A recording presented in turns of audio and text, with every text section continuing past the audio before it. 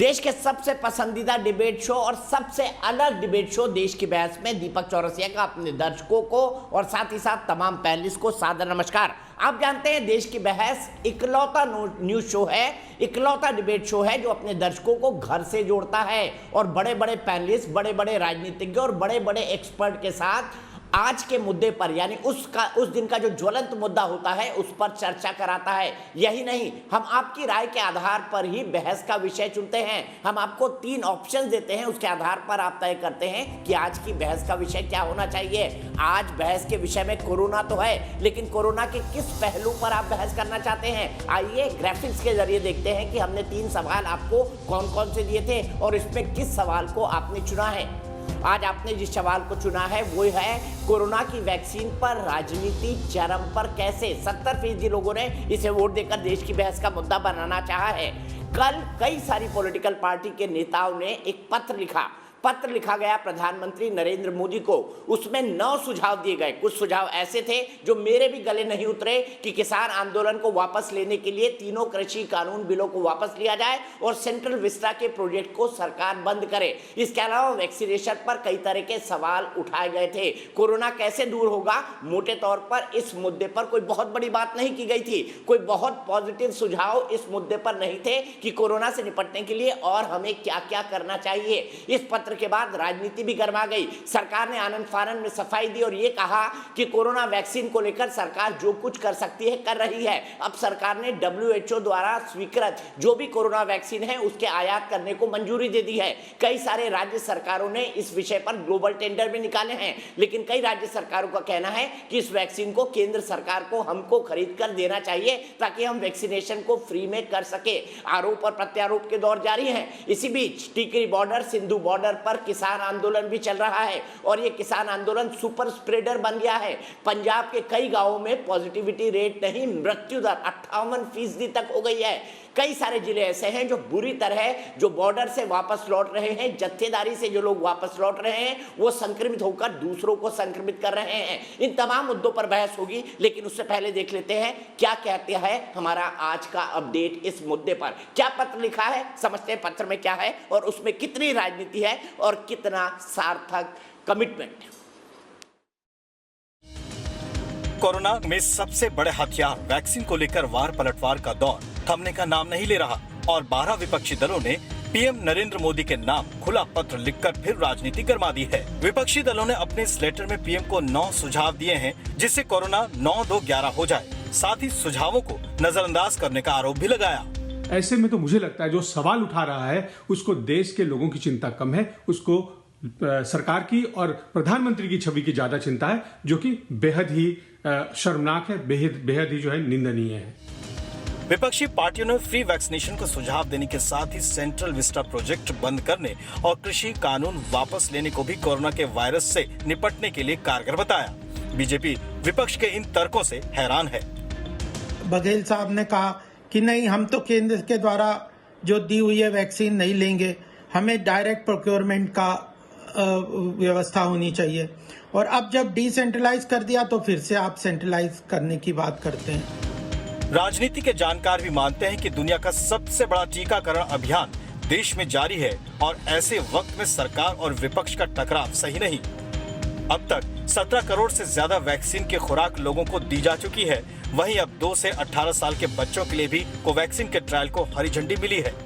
भारत में लगभग 18 करोड़ के करीब डोजेस वितरित हो चुकी हैं, लग चुकी हैं। 17 करोड़ का मार्क हमने सबसे कम टाइम में करके दिखाया, सब मुश्किलों के बावजूद भी। जब देश दूसरी लहर को मात देने की कोशिश में जुटा है और महामारी की तीसरी लहर को उठने देने से पहले ही कमर कसे हुए है, तब राज्य बनाम केंद्र और वैक्सीन को लेकर वार पलटवार होना कितना जायज है, इसी मुद्दे पर आज देश की बहस में मंथन हो रहा है। और देश की बहस में हम एक सवाल पूछते हैं और ये जानने की कोशिश करते हैं कि देश की बहस के दर्शकों का इस सवाल पर क्या राय है। हाँ या ना में आपको जवाब देना है। आपको पता है आज का सवाल क्या है, हम बताते हैं। हमारा सवाल कोरोना और उसकी राजनीति से ही जुड़ा हुआ है। आज का जो सवाल है जिसको आपको जवाब देना है वो देश की बहस में है कि क्या कोरोना के मुद्दे पर, क्या वैक्सीन अभियान को लेकर कोरोना के मुद्दे पर राजनीति हो रही है, हाँ या नहीं में आप जवाब दे सकते हैं। आप हमारी वेबसाइट पर जा सकते हैं, आप हमारे मोबाइल ऐप को डाउनलोड कर सकते हैं, आप हमारे ट्विटर हैंडल पर जा सकते हैं, आप हमारे फेसबुक पेज पर जाकर भी वोट कर सकते हैं। कार्यक्रम के बारे में अगर आपकी कोई राय है, सुझाव है, आप शो के अंदर शामिल होना चाहते हैं तो आप एक छोटा सा व्हाट्सएप बनाकर हमें 9711002266 पर व्हाट्सएप कर दें। सीधे अपने बड़े पैन को इंट्रोड्यूस करता हूं। मेरे साथ भारतीय जनता पार्टी की राष्ट्रीय प्रवक्ता और जानी मानी वकील नुपुर शर्मा जुड़ गई हैं। मेरे साथ कांग्रेस के राष्ट्रीय प्रवक्ता सुरेंद्र सिंह राजपूत जी जुड़ गए हैं। मेरे साथ डॉक्टर सुनील सिंह जुड़ गए हैं जो कि जदयू के राष्ट्रीय प्रवक्ता है। जनता दल यूनाइटेड, बिहार सरकार पर भी कई सवाल उठे हैं, इस पर भी बात होगी। और थोड़ी ही देर में मेरे साथ अनुराग भदौरिया जी जुड़ेंगे जो कि समाजवादी पार्टी के राष्ट्रीय प्रवक्ता हैं। मैं सबसे पहले नुपुर जी के पास चलूंगा। नुपुर जी, अगर आज की स्पीड की बात की जाए, 17 करोड़ टीके आज तक लगे हैं। हम कह रहे हैं सबसे फास्ट वैक्सीनेशन अभियान है। ऐसे में 135 करोड़ की पॉपुलेशन को कवर करने में हमको 3 साल लग जाएंगे। देखिए नमस्कार दीपक जी, आपको, सारे पैनलिस्ट को, सभी दर्शकों को मैं एक बात समझाना जरूरी समझती हूँ कि 17 करोड़ 60 लाख कल के हिसाब से टीके लग चुके थे। साथ ही में आज एक बात समझनी बहुत जरूरी है कि पूरे विश्व में सबसे ज्यादा तेज दर से, सबसे ज्यादा स्पीड से, फास्टेस्ट इतने ज्यादा टीकाकरण हुआ है। तीसरी बात, जो अन्य देश इस विश्व में कह रहे हैं कि हमारी आधी आबादी तक हमने टीकाकरण कर दिया है, पहला टीका लगा दिया है, जैसे यूनाइटेड किंगडम, मैं आपको बता दूं तो भारत देश यूनाइटेड किंगडम या इंग्लैंड के 23 गुना साइज का है। अगर इस विश्व के अंदर कोई एकमात्र देश है जो कह रहा है हमारी 100% हो चुकी है वैक्सीनेशन, तो मुझे बता दीजिएगा। सीशेल्स तक ने नहीं कर पाया जिसकी 1 लाख नहीं है आबादी। तो ये समझना बहुत जरूरी होगा हमारी आबादी को देखते हुए, उसको मद्देनजर रखते हुए, किस स्पीड से, किस वॉर फुटिंग से हम लोग टीकाकरण की ड्राइव को आगे लेके जा रहे हैं और किस तरीके से कोरोना महामारी से हम लड़ रहे हैं, ये अपने आप में ही मैं कहूंगी बहुत सराहनीय है। दूसरी बात मैं कहना चाहूंगी कि आपने भी शुरुआत में चिट्ठी की बात करी। अब आपने बिल्कुल सही कहा कि कुछ ऐसी चीजें इसमें लिखी हैं कि गले नहीं उतरी। मैं तो ये समझ रही थी कि जब ये सारे के सारे विपक्षी दल इकट्ठे हो जाएंगे तो कुछ ऐसा सुझाव देंगे कि भाई केंद्र सरकार भी रुक के कहेगी हाँ ये हमें करना चाहिए। क्या बोल रहे हैं ये महामारी से लड़ने के लिए कि तीनों कृषि कानून हटा दो। या तो इनको ये पता नहीं कि सर्वोच्च न्यायालय ने वैसे ही उस पर रोक लगा रखी है, या इनको पता नहीं कि भैया कृषि कानून से महामारी का दूर दूर तक लेना देना नहीं है। बस ये लेना देना है कि आपने जब राजनीति कर रखी थी उसके ऊपर और करते आए, मार्च महीने में उनकी खुद की बेटी प्रियंका वाड्रा आए दिन महापंचायत में घूम रही थी, हजारों की कगार में लोग इकट्ठे करके चल रही थी, तो शायद संक्रमण ही बढ़ा है और कुछ नहीं हुआ।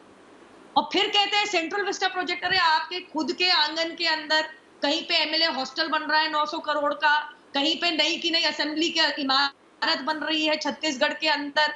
अब मैं इतना पूछना चाहती हूँ, या तो आप ये कहीं पे तथ्य की बात करते कि महामारी से लड़ने का बजट हमने बिल्कुल डाइवर्ट कर दिया है जी, और महामारी से लड़ने के लिए पैसे नहीं बचे जी, और हमें यहाँ पे और पैसे की जरूरत है। ऐसा भी नहीं है। जो 35,000 करोड़ का वैक्सीनेशन के लिए बजट का आवंटन किया था, जो एलोकेशन किया था, मैं बता दूं तो 4,500 करोड़ के अंदर 17.5 पौने 18 करोड़ टीके तो लग ही चुके हैं।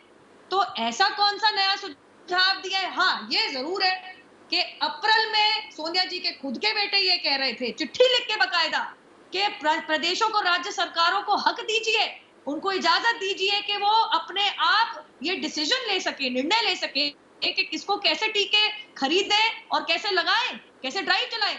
वहीं पे अगले महीने उनकी माता जी उनकी एग्जैक्ट ऑपोजिट 180 टर्न डिग्री लेके बात करती है कि नहीं, केंद्र सरकार सारे निर्णय ले, आपस में ये लोग डिसाइड कर ले ये चाहते क्या है।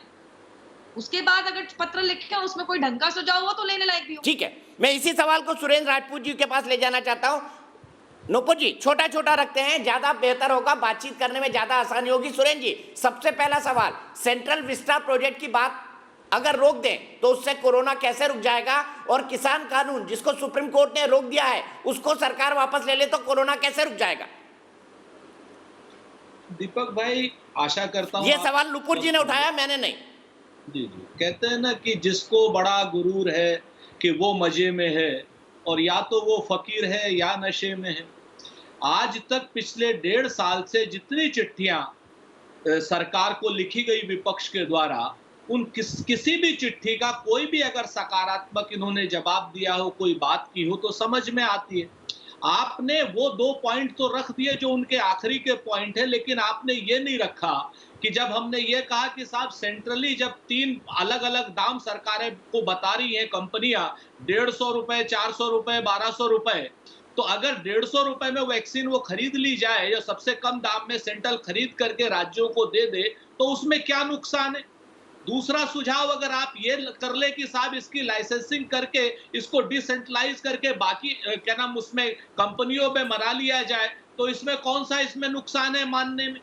और इस तरीके के तमाम चीजें। और रही बात किसान आंदोलन की, किसान आंदोलन में अभी आपने स्वयं कहा कि सुपर स्प्रेडर हो रहा है। आज की डेट में अगर इन तीनों काले कानूनों को आप वापस ले लेते हैं तो वहां की जत्थेबंदियां सारी अपने घर चली जाएंगी, तो निश्चित तौर पर अगर इस तरीके की चीज होगी, लोग अपने घर में रहेंगे। कैसी बात कर रहे हैं सुरेंद्र भाई? जान से बड़ा कोई प्रोटेस्ट हो सकता है क्या? लोगों की जान जा रही है और राजनीति करने वाले प्रोटेस्ट कर रहे हैं।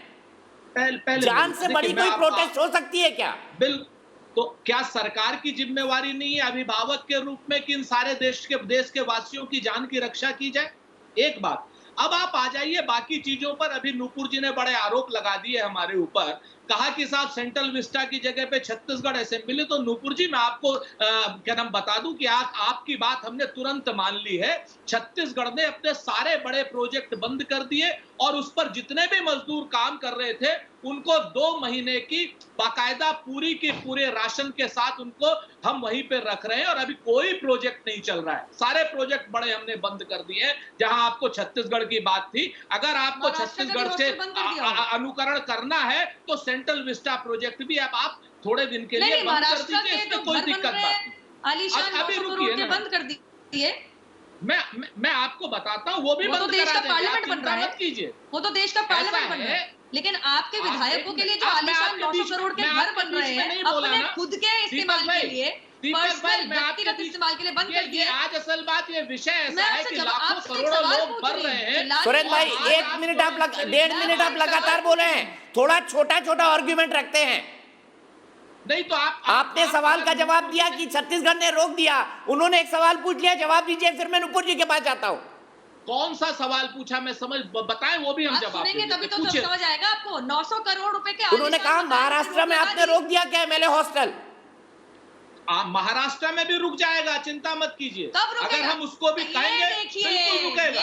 और महाराष्ट्र का सुप्रीम कोर्ट ने, और सुनिए दीपक जी, महाराष्ट्र का सुप्रीम कोर्ट ने बाकायदा बढ़ाई की है, उसको ये नहीं बात करेगी। और सच बात ये है कि भारतीय जनता पार्टी के प्रवक्ता इस वक्त क्योंकि कुछ बोलने की स्थिति में नहीं है, ना तो नदियों पे जो शव बह रहे हैं उसको बोलने की स्थिति में है, और ना ही वो जिस तरीके से वैक्सीनेशन की बात कर रहे हैं उनको बोलने की स्थिति में है।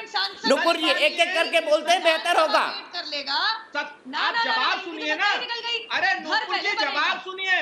असल बात आपको सुनने की आदत नहीं है भाई। दीपक भाई, सुरेंद्र जी आपने जवाब दे दिया, महाराष्ट्र रुकवा देंगे। मैं आगे चलता हूँ। नूपुर जी से भी पूछने के कई सवाल है, नूपुर जी से भी पूछने के कई सवाल है। मुझे आप ही का सवाल पूछने दीजिए। नूपुर जी मुझे बताइए कि क्यों ना कोवैक्सीन का या कोविशील्ड का फॉर्मूला सार्वजनिक करके और कंपनियों को वैक्सीन बनाने की इजाजत दे दी जाए। सुरेंद्र जी एक एक करके बोलते हैं ना, वरना दर्शकों तक कुछ सुनाई नहीं पड़ता। इस सुझाव में क्या दिक्कत है? ये सुझाव भी नेताओं ने दिया है। कहिए ना, ये नूपुर को कहिए। साफ हो गई है, क्यों कह रहे हैं? बात तो साफ। नूपुर को भी कहा, आपको भी कहा। अरे नूपुर को जिसने कहा जनता देख रही है, आप भी आपका दिल भी देख रहा है। ये लगातार बोलती जा रही है, ये विपक्ष को ना बोलने देना चाहती है। सैकड़ों और हजारों शव नदी में। सर आप 1.5 मिनट लगातार बोले, मैंने आपको एक बार भी नहीं टोका 1.5 मिनट के बीच में। सुरेंद्र जी बच्चों की तरह झगड़ा ना करें, हम स्कूल डिबेट नहीं कर रहे हैं जहां पर पार्शियलिटी करेगा एंकर। ये एक मैच्योर डिबेट है, उसको वैसे ही रहने दीजिए। नूपुर जी मुझे जवाब दीजिए, अगर वैक्सीन को बाकी कंपनियों को बनाने की इजाजत पत्र में लिखी है तो गलत क्या है? मैं जरा 2 बात कहूंगी। सबसे आप ही का सवाल पूछ रहा हूँ सुरेंद्र राजपूत जी। देश की संसद हो या देश में एक नई विधानसभा बनी हो, तो मैं आप समझेंगे इस बात को कि देश की अस्मिता इज्जत का सवाल है। लेकिन विधायकों के व्यक्तिगत इस्तेमाल के लिए घर इतने जरूरी कब से हो गए कि उसके ऊपर कोई रोक नहीं लगाई? क्या 900,000 करोड़ रुपए का कोई मायने नहीं रखता कि इन्होंने अभी तक उस पर रोक नहीं लगाई? इसकी तो इसी से सच्चाई है। देश का माल, बाकी देश कंगाल। दूसरी बात मैं आपको समझा दूं, 20,000 करोड़ में और 900 करोड़ में आपको फर्क नहीं नजर आता?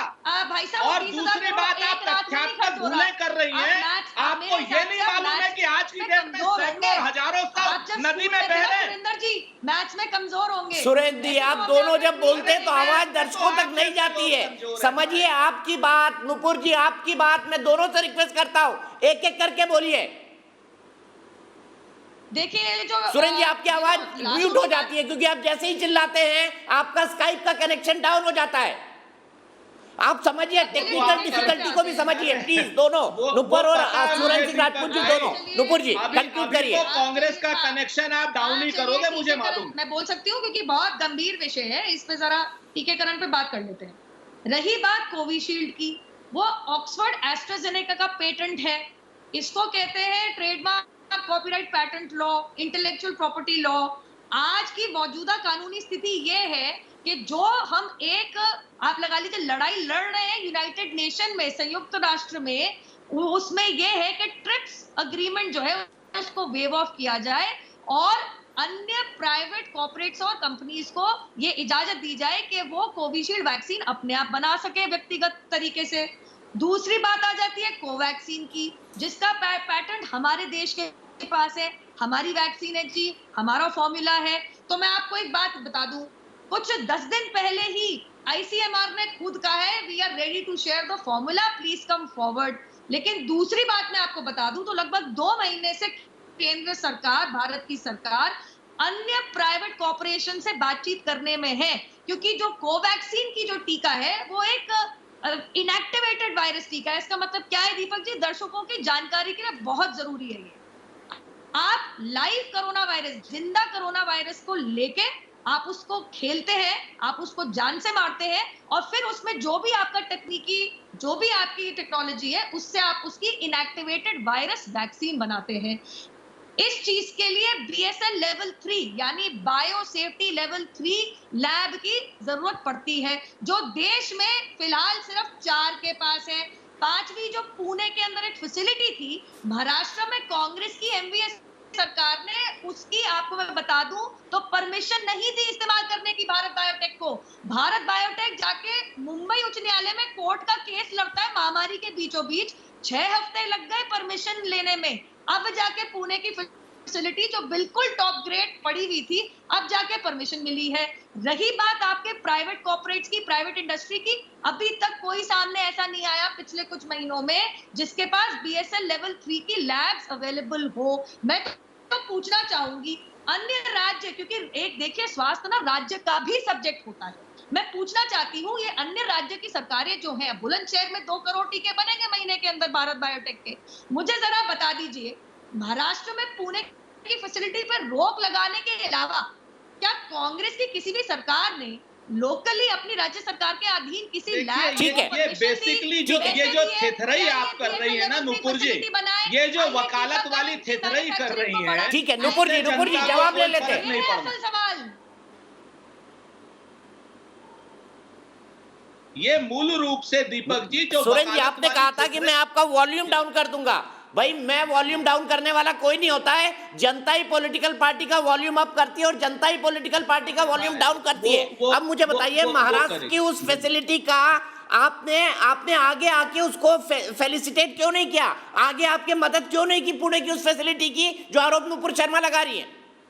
मैंने कहा ना, नुपुर शर्मा जी वकालत वाली थेथरई कर रही हैं। मूल रूप से अपनी सरकार को और केंद्र सरकार को जो बचाने का कुछ प्रयास कर रही हैं आज की डेट में नुपुर शर्मा जी, क्योंकि केंद्र की सरकार 4 कदम आगे 2 कदम पीछे या 6 कदम पीछे जिस तरीके की भाषा का इस्तेमाल करके पहले कहते थे कि सब कुछ हम करेंगे, उसके बाद कहते हैं सब कुछ राज्य करेंगे। पेंडेमिक एक्ट लगा हुआ है और पेंडेमिक एक्ट में सारा का सारा जो स्वास्थ्य का वो है वो केंद्र सरकार के जिम्मे पे आ जाता है। अगर राज्य सरकार कहीं कोई कमी कर रही है तो उसको उसमें भी पेंडेमिक एक्ट के अंदर राज्य सरकार को। सर सवाल का जवाब दीजिए ना, पुणे की फैसिलिटी को आपने क्यों नहीं तैयार किया वैक्सीन के लिए? जवाब दीजिए। अरे मना हाँ, किया, वो भी बता रहा हूं मैं आपसे, मैं वो भी बता रहा हूँ, राज्य सरकार के हाथ में नहीं, केंद्र सरकार के हाथ में है। और एक लेटर केंद्र सरकार का दिखा दे राज्य सरकार को जो उन लोगों ने किया हो, चूंकि इनको थेथराई करनी है और आपको थेथराई करानी है। दीपक चौरसिया जी, आपको थेथराई इन लोगों से करानी है, चूंकि मुख्य मुद्दे पर आपको आने नहीं देना चाहते। आप ये नहीं बताना चाहते कि मात्र 2.5% को अभी आप मात्र 2.5%। अरे वैक्सीन मुख्य मुद्दा नहीं है क्या? आज की तारीख में वैक्सीन का प्रोडक्शन मुख्य मुद्दा है या नहीं? सुरेंद्र राजपूत जी, हाँ या ना में जवाब दे दीजिए। आज की तारीख में वैक्सीन का प्रोडक्शन मुख्य मुद्दा है या नहीं? जवाब दे दीजिए। बिल्कुल है। और अक्टूबर से जब 5-5 लेटर भारत बायोटेक और सीरम तो मैं और क्या पूछ रहा हूँ? ऑर्डर दीजिए, तो मैं और क्या पूछ रहा हूँ? तब जाकर के 28 अप्रैल को ऑर्डर दिया। ये मुद्दा नहीं, ये क्रिमिनल नेग्लिजेंस नहीं है केंद्र सरकार की। फांसी नहीं चढ़ा देनी चाहिए ऐसी सरकार को जो 3,000 करोड़ 28 अप्रैल को दे रही हो। और जब अक्टूबर से भारत बायोटेक, ठीक है, मैं आप दोनों को रोकता हूँ, मुझे एक दर्शक के पास जाना है। आप दोनों को मेरा फॉर्मेट पता है, मुझे एक दर्शक के पास जाना है। मैं आ रहा हूं नुपुर जी, आपके पास भी आ रहा हूं, सुरेंद्र जी के पास भी आ रहा हूं। मेरे एक दर्शक राम नरेश मुरैना से जुड़ गए हैं। राम नरेश जी, क्या कहेंगे अभी जो राजनीति हो रही है उस पर? जी नमस्कार दीपक जी, नमस्कार सर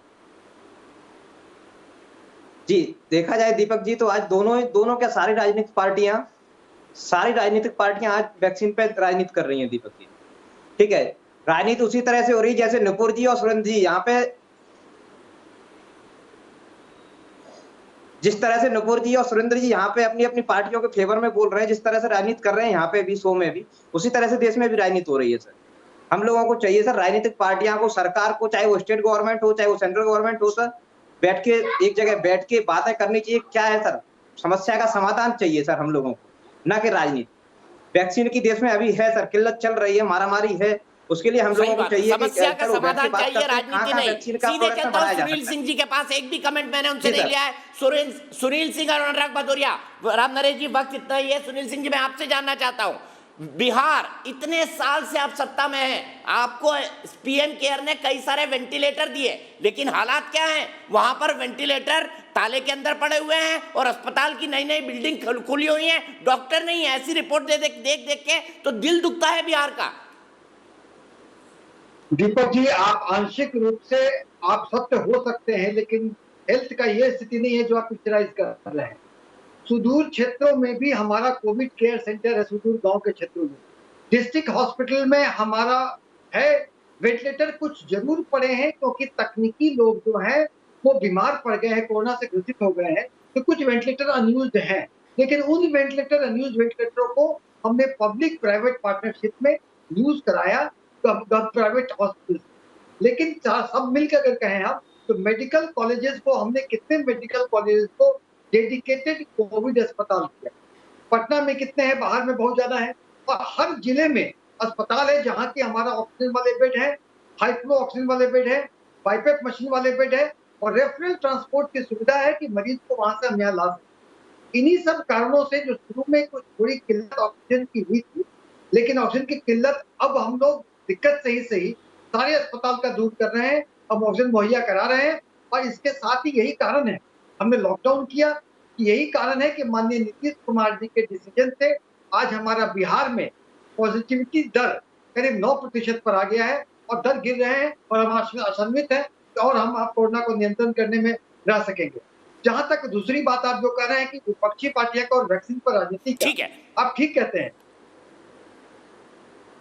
आप वैक्सीन की बात जो कर रहे हैं, तो वैक्सीन पर जितनी बातें आप कर रहे हैं, कुछ बातें क्लियर कर लें कि जो तू मैं जो पार्टियां ने किया, कम से कम आज बंद कर दें और सब मिलकर के जागरूक करने में अपने अपने कार्यकर्ताओं को ट्वीट के माध्यम से नहीं, ऐसे आह्वान करें कि लोगों को वैक्सीन के प्रति जागरूक करें, वैक्सीनों की लाभुकों की संख्या बढ़ाएं, और ये बात माने कि साधुवाद है हिंदुस्तान को जो इतने बड़े आबादी वाले देश में 17 करोड़ का वैक्सीन स्मूथली कराया, और हमारे बिहार में 18+ की वैक्सीन शुरू हुई है।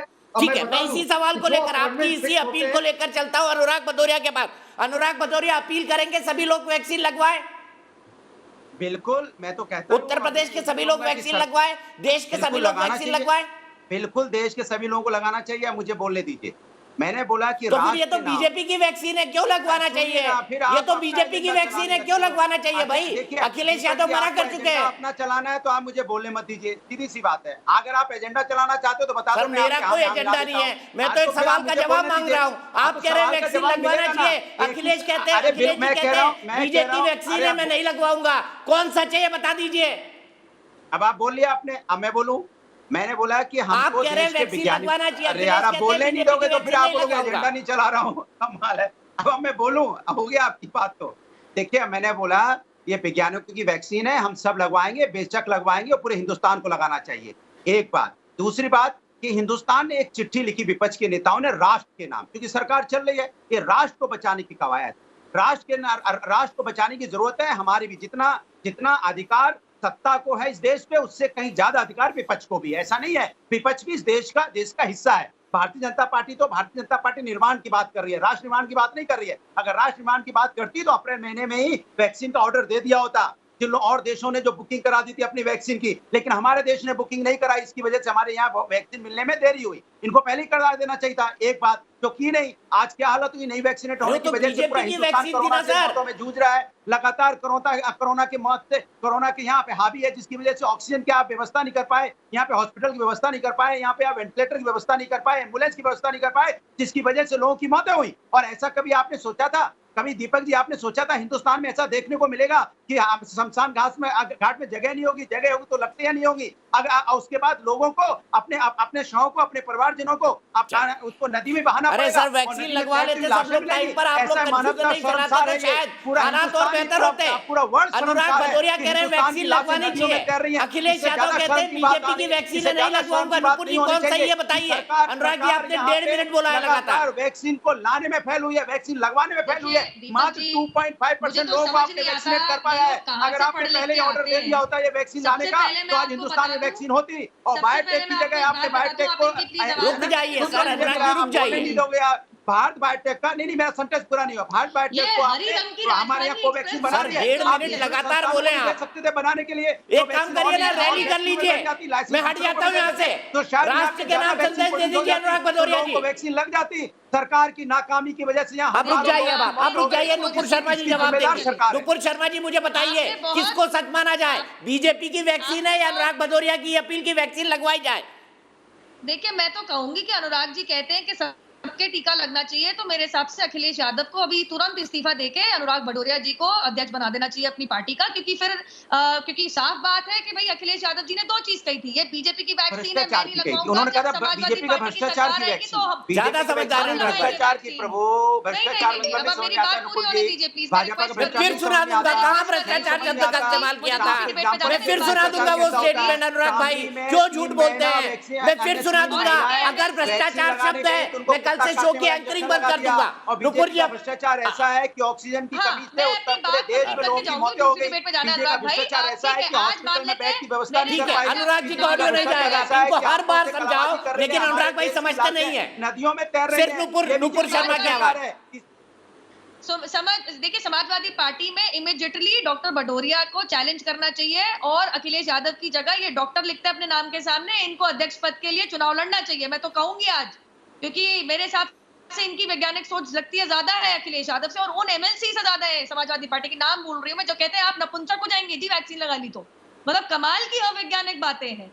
दूसरी बात, मैं तो दोनों से हैरान हूँ, समाजवादी पार्टी और कांग्रेस के प्रवक्ताओं से। ये कह रहे हैं कि 28 अप्रैल के पहले ऑर्डर नहीं दिया तो पेड़ से फल की तरह तोड़ के वैक्सीन लग गई क्या? 17.5 करोड़ बिना ऑर्डर के लग सकती है क्या? भैया 130 करोड़ का देश है। 16 जनवरी में 130 करोड़ का देश है भाई। 17 करोड़ में 2.4 खाली 3,95,लाख लोगों को लगी है डबल डोज। कहाँ चक्कर में पड़े हो आप? केंद्र कार्यालय में आप बना रहे हैं। इतनी लिमिटेड सोच है, बिना ऑर्डर के वैक्सीन कैसे आ सकती है, कैसे लग सकती है? खाली झूठ, पूरा झूठ। इन लोगों ने जनता सब देख रही है नुपुर जी कितना झूठ बोल रहे हैं आप। अब सब लोग एक साथ बोलने लगे। अनुराग भदौरिया का कोरोना वायरस स्प्रेड कर गया मेरे पैनल पर। अनुराग नहीं नहीं क्यों नहीं करेंगे ये? नहीं बीजेपी अगर झूठ बोलेगी तो झूठ का जवाब सुरेंद्र भाई नुपुर शर्मा जी कंक्लूड कर दीजिए, मैं सुरेंद्र भाई के पास जाऊंगा। बीजेपी की नाकामी की वजह से गलत फैसले गजब नहीं समझ पाता अनुराग भाई, ऐसा क्या ऑब्सेशन है कि आप लगातार बोलते हैं, रुकते ही नहीं किसी की बात पर, लगातार बोलते हैं हर शो में। कि उन्होंने शुतुरमुर्ग तक बोला था कि शुतुरमुर्ग हैं जो जमीन में मुंह गाड़ के बैठे हैं, तूफान आया हुआ है। ये माननीय सर्वोच्च न्यायालय ने बोला था और उत्तर प्रदेश के हाईकोर्ट इलाहाबाद ने बोला था कि नरसंहार से कम नहीं है। तो जिम्मे क्या सर्वोच्च न्यायालय और हाईकोर्ट सब झूठ बोल रहे हैं क्या? ये तो हाईकोर्ट ने ही बोला, सुप्रीम कोर्ट ने बोला। अनुराग भदौरिया का ऑडियो डाउन। अनुराग जी मैं ऐसे डिबेट नहीं कर सकता आपके साथ, मैं जब बोलूंगा तभी अनुराग भदौरिया का ऑडियो अप होगा। हाँ बिल्कुल, यही तो मेरा सुरेंद्र राजपूत जी मुझे बताइए, मुझे एक बात बताइए, जिस बात को नुपुर शर्मा ने उठाया, उन्होंने कहा कि अगर वैक्सीन को ऑर्डर नहीं दिया, मैं बात कंप्लीट कर दूं, मैं जाऊंगी फिर। तो आम के पेट से वैक्सीन आकर 17 करोड़ लग गई क्या? मैं यहाँ पे एक बात कंप्लीट कर दूं। इन्होंने कहा लाशों बोल दीजिए, फिर सुरेंद्र भाई के पास जाओ। लाशों के ऊपर राजनीति की बात करी कि गंगा में जमुना में लाशें दिख रही हैं, लेकिन आप गरूर की भी बात कर रहे हैं सुरेंद्र जी, लेकिन संतुष्ट तो आपकी सोनिया गांधी थी जब एक चिता के ऊपर 8 शव जल रहे थे भीड़ के अंदर, और संतुष्ट तो आप बहुत थे जब 22 लाशों को एक एम्बुलेंस में ठूस के ले जाया जा रहा था। संतुष्ट आप तब भी थे जब कूड़ेदान के थैले के अंदर शवों को, लाशों को बांधा जा रहा था। ऐसे ऐसे करने से कुछ नहीं होगा। आप ट्विटर पे जाइए, औरतों की फोटोग्राफ पे आप कमेंट कीजिए, आप उसी लायक है। असलियत क्या है आपकी? और सोनिया की आज सबने देख ली, सबसे ज्यादा असलियत आपकी राजनीति की देख ली। शशि थरूर कहते हैं कि भैया मार्केट खोल दो, आप कहते नहीं भैया केंद्र सरकार सब कुछ खरीद ले। आप आपस में एक डिसीजन पे तो आओ। अरे एक कॉमन पे तो आओ, कॉमन पॉइंट पे आपको पता ही नहीं है। ठीक है नुपुर जी, अब रुक जाइए, सुरेंद्र सिंह राजपूत जवाब देंगे। सुरेंद्र सिंह राजपूत जी, कई सारी एलिगेशंस लगाए हैं, आप बताइए। आपकी ही पार्टी ने लिखा था ना कि डिसेंट्रलाइज किया जाए, राज्यों को खरीदने की जिम्मेदारी दी जाए, खुद राहुल गांधी जी ने लिखा था, सरकार ने वो कर दिया, तो उस पर आपत्ति क्यों? बिल्कुल कहा था, लेकिन उसके बाद जब कंपनियों ने कहा कि हम राज्यों को महंगी देंगे, तो हमने कहा भाई सेंट्रल खरीद करके सस्ती और राज्यों को दे दे, इसमें कौन सा गुनाह कर दिया था। और अक्टूबर में से जब कोवैक्सीन वाले और कोविशील्ड वाले आपसे कह रहे थे कि ऑर्डर दीजिए, पूरी दुनिया से उनको ऑर्डर हो रहा था। अमेरिका ने अपनी आबादी के दुगने ऑर्डर 1 साल पहले दे दिए थे। भारत सरकार ने क्या हाथों में मेहंदी लगा रखी थी ऑर्डर देने में। उनको 28 अप्रैल की जब दूसरी वेव आकर के अपने रौद्र रूप में आ गई, तब उन्होंने पैसा दिया और तब उन्होंने वैक्सीन की। क्या ये क्रिमिनल ब्लंडर एक्ट नहीं है? दीपक चौरसिया जी, अगर आप एक सही प्रस्तोता है तो इसकी बात उठाइए आप कि अक्टूबर से लेकर के अब तक ऑर्डर्स क्यों नहीं दिए। और 17 करोड़ चिल्ला रहे हैं, टोटल वैक्सीनेशन 2.5% हुआ है। क्या ये सच नहीं है? और क्या ये सच नहीं है कि 1 साल पहले अमेरिका ने, इंग्लैंड ने और छोटे छोटे देशों ने अपनी वैक्सीन के ऑर्डर बुक कर लिए थे? भारत उस वक्त कोरोना पर विजय प्राप्त करने की बात कर रहा था और विदेशी लोगों के सामने कह रहा था कि हम विश्व गुरु हो गए। और नरेंद्र मोदी जी ये कह रहे थे कि लोग ये कह रहे थे, वो कह रहे थे। उस नरेंद्र मोदी के उस बयान पर आपकी ना हिम्मत है, ना हैसियत है, ना हौसला है। चूंकि आप सरकारी रूप से बात करते हैं, करिए उस पर बात, बयान पर नरेंद्र मोदी जी के। ठीक है, मैं यही सवाल रोहित चैल से पूछूंगा, यही सवाल रोहित चैल से पूछूंगा। आपने जो कहा शब्दशः वही सवाल पूछूंगा। लेकिन मैं सीधे विश्वास सारंग जी के पास चलता हूं। मध्य प्रदेश के चिकित्सा शिक्षा मंत्री मेरे साथ जुड़ गए हैं। विश्वास जी, मुझे ये बताइए, अपोजिशन पार्टीज का ये आरोप है कि वैक्सीन की कमी है, 18 से 45 साल का वैक्सीनेशन नहीं हो सकता। मध्य प्रदेश कैसे कर रहा है? बहुत कम खुराक देकर सिर्फ नाम के लिए वैक्सीनेशन हो रहा है 18 से 35 साल वालों का, या वाकई नंबर्स में हो रहा है?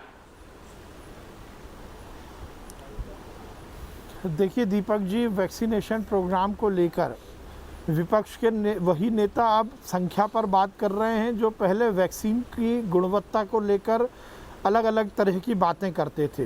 ये विपक्ष के नेता और कांग्रेस के नेता वही हैं जिन्होंने इस देश में वैक्सीन को बदनाम करने की कोशिश की थी।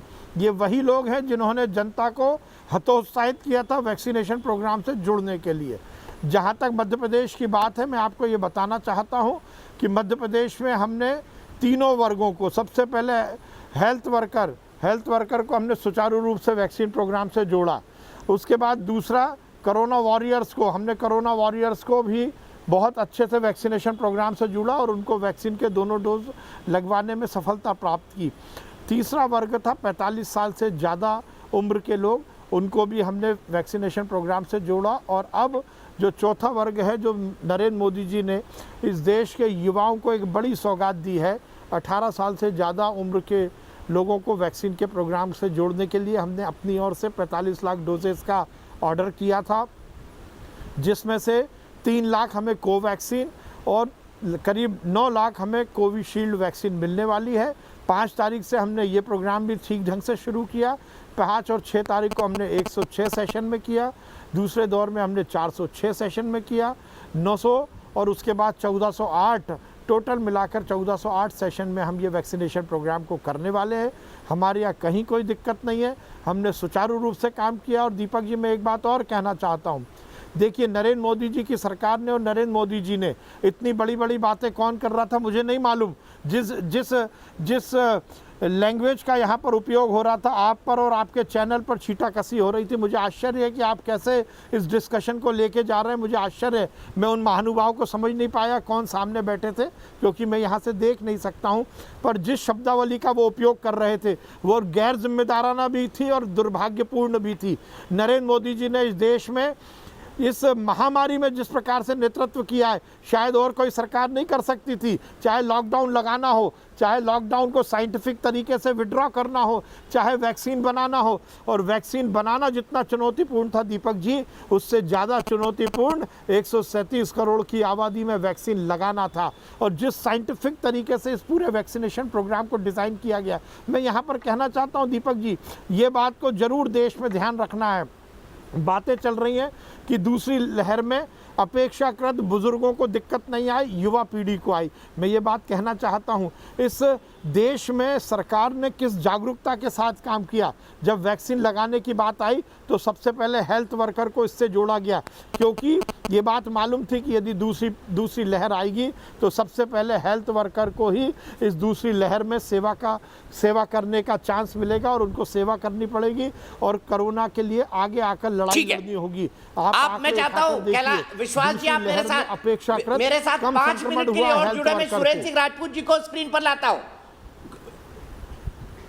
विश्वास जी, 1 मिनट के लिए सुरेंद्र सिंह राजपूत कांग्रेस के राष्ट्रीय प्रवक्ता है, जिन्होंने इस्तेमाल किया था उन शब्दों का। सुरेंद्र भाई को फ्रेम में लाया जाए। मुझे कोई गिला शिकवा नहीं है, वो जो चाहे कह सकते हैं, प्रजातंत्र है, किसी को कुछ भी बोलने का अधिकार है। लेकिन विश्वास जी, मैं आपसे जानना चाहता हूं, क्योंकि वो कह रहे हैं कि मुझ में हिम्मत नहीं, मैं सवाल पूछूंगा कि नहीं पूछूंगा। आपने समय से पहले अपनी पीठ नहीं थपथपाई, ये नहीं कहना शुरू कर दिया कि भाई दुनिया में भारत कोरोना से जीत गया है, कोरोना से भारत ने सबसे इफेक्टिवली निपटा है, अब कोरोना खत्म हो चुका है, अब कोरोना का कोई खतरा बचा नहीं है। क्या इस तरह की बातें आपने कहनी नहीं शुरू कर दी? आपने खुद अपनी पीठ थपथपाना नहीं शुरू कर दिया दीपक जी पहले दौर की सफलता के बाद? नहीं, आप मतलब कौन? आप मतलब कौन दीपक जी? आप मतलब कौन? आप मतलब कौन? ये देश में सरकार प्रतिनिधित्व करती है 137 करोड़ देशवासियों का। और मैं फिर कहना चाहता हूँ, सरकार की ओर से कभी भी ये नहीं कहा गया कि कोरोना समाप्त हुआ है। हर समय ये कहा गया कि कोरोना के प्रोटोकॉल का ध्यान रखिए, सोशल डिस्टेंसिंग रखिए, मास्क पहनिए। ये कांग्रेस के नेता और कांग्रेस की सरकारों ने के जो मुख्यमंत्री, उन्होंने इस देश में अनर्गल फैलाने की कोशिश की। ये राहुल गांधी, जिनको इस देश का भूगोल नहीं मालूम, इस देश के उत्तर से दक्षिण और पूरब से पश्चिम तक क्या कुछ होता है इसका ज्ञान नहीं है। वो राहुल गांधी ज्ञान बांट रहे हैं, वो राहुल गांधी ज्ञान बांट रहे हैं। और दूसरी बात यह है, देखिए दीपक जी, मैं इस तरह के बदतमीज लोगों के सामने बात करने का आदी नहीं हूँ। मैं इस तरह के जिनको इस देश की संस्कृति का ज्ञान नहीं है, जिनको इस देश की परंपराओं का ध्यान नहीं है, जिन्हें इस देश में कौन सी शब्दावली उपयोग होती है उसका ज्ञान नहीं है, उनके सामने मैं बात नहीं करना चाहता। याद रखना, ये जिस ढंग की बातें कर रहे हैं, कभी ये इनका फ्रस्ट्रेशन दिख रहा है दीपक जी, ये इनका फ्रस्ट्रेशन दिख रहा है। इस तरह के लोगों के सामने में बात नहीं करना चाहता। जिस व्यक्ति को मैं सिर्फ एक बात पूछता हूं सुरेंद्र राजपूत जी, मैंने अभी तक कांग्रेस के एक नेता को भी वैक्सीन लगवाते नहीं देखा। क्या माननीय राहुल गांधी जी ने वैक्सीन लगवा ली है? देखिए, राहुल जी ने वैक्सीन लगवाई या नहीं लगवाई ये मुझे नहीं मालूम, मेरी निजी जानकारी में नहीं है, लेकिन हम लोग फोटो खिंचा करके काम नहीं करते। ये जो मध्य प्रदेश के स्वास्थ्य मंत्री बैठे हैं, इनसे पूछिए कि जो नरेंद्र मोदी का अरे सर, आप ही लोग कह रहे थे पहले प्रधानमंत्री फोटो खिंचाए फिर दूसरे लोग लगवाएंगे। नहीं, हमने नहीं कहा, हमने कतई नहीं कहा। सच बात ये है, आप ही कह रहे थे पहले प्रधानमंत्री लगवाए फोटो खिंचवाए, तो भाई विपक्ष के नेताओं को भी लगवानी चाहिए ना। दीपक भाई, आपको साधुवाद दूंगा कि भाई लोगों को मोराल बढ़ाने के लिए राहुल गांधी इतने बड़े नेता हैं, उनको वैक्सीन लगवा के फोटो नहीं डलवानी चाहिए।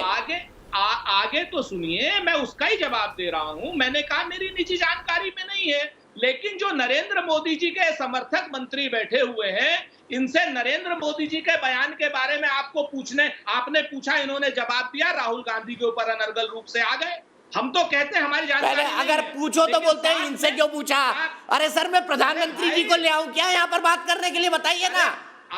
सुरेंद्र सिंह राजपूत और प्रधानमंत्री की वेट करा दूं क्या? नहीं, दीपक चौरसिया और प्रधानमंत्री। सर मैं नहीं ला सकता, मेरी इतनी औकात नहीं है। आपकी इससे ज्यादा औकात है, लेकिन आप अपनी औकात भूल गए हो 2014 के बाद।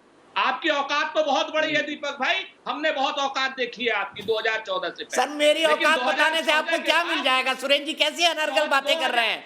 नहीं, मेरी औकात याद दिलाने से आपको क्या हासिल हो जाएगा? कांग्रेस पार्टी को क्या हासिल हो जाएगा बताइए ना। देश को हासिल होगा अगर हनुमान। मुझे बताइए, 100 लोगों को वैक्सीन लग जाएगी मेरी औकात दिखाने से, 50 लोग कोरोना से मुक्त हो जाएंगे मेरी औकात दिखाने से, बता दीजिए। बिल्कुल लगेगी, क्योंकि आप सवाल पूछोगे सरकार से कि 28 आपने अक्टूबर से लेके अब तक वैक्सीन क्यों नहीं खरीदी। गजब बात है। सवाल पूछोगे कि जब विश्वास सारंग जी कुछ बोलना चाहते हैं, अब बता। आपने मेरी औकात बता दी, ठीक है। सुरेंद्र भाई आपने मेरी औकात बता दी, शुक्रिया। और आपकी और आपकी पार्टी की कितनी औकात है ये जनता बता देगी, मुझे बताने की जरूरत नहीं है, ये जनता बता देगी और बताती रहती है टाइम टाइम पर। विश्वास सारंग जी कुछ कहना चाहते हैं? पूरी दुनिया बताती रहती है दीपक भाई, आपको भी और हमको भी। आपको भी बताती है, हमको भी बताती है। दीपक जी चिंता मत कीजिए। दीपक जी मेरा निवेदन है, पत्रकार रहे। दीपक जी मेरा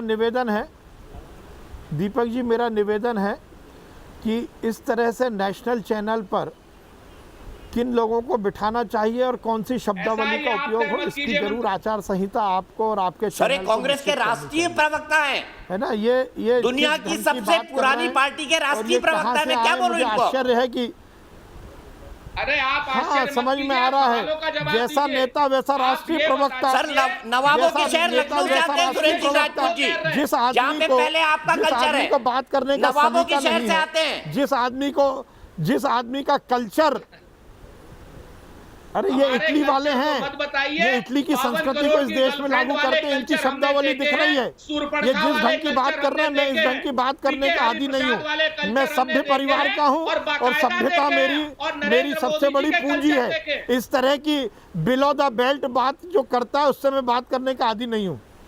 तो कभी दीपक जी मैं निवेदन करूंगा इस तरह के लोगों को आपके चैनल पर बुलाकर। विश्वास जी बहुत बहुत शुक्रिया आपका। मैं सीधा रोहित चैल के पास करता हूं, आपके नेता भी आपसे जुड़ गए। रोहित चैल जी, क्या आपने खुद अपनी पीठ थपथपाई है, बताइए। मैं आता हूं, लेकिन सुरेंद्र राजपूत देखिए राष्ट्रीय प्रवक्ता है सबसे बड़ी पार्टी आपने बताया, इस तरीके की भाषा, सुरेंद्र जी आप बड़े हैं, सीनियर हैं, आपको इस तरीके की भाषा मत बताइए। जनता के फिर पता लगता है कि आपकी पार्टी और आपकी पार्टी की स्थिति क्या है, जनता के सामने पता लगता है कि सच्चाई क्या है। और आप कहते कि दीपक चौरसिया जी जैसे सीनियर पत्रकार की आप औकात बता रहे थे 2014 की, आपने सही बात कही। जनता ने देखिए सुरेंद्र जी, मैंने बहुत धैर्य सुना, मैंने बहुत धैर्य सुना। मैं आपसे बड़े सम्मान, आप मेरी औकात बता रहे थे भाई सुरेंद्र सिंह राजपूत जी, रिवाइंड करके सुना देता हूँ आपके शब्द, आपको मुबारक हो, मुझे कोई फर्क नहीं पड़ता। सुरेंद्र जी, मैंने तो 2014 से पहले के दीपक चौरसिया को याद दिलाया और इज्जत के साथ याद दिलाया।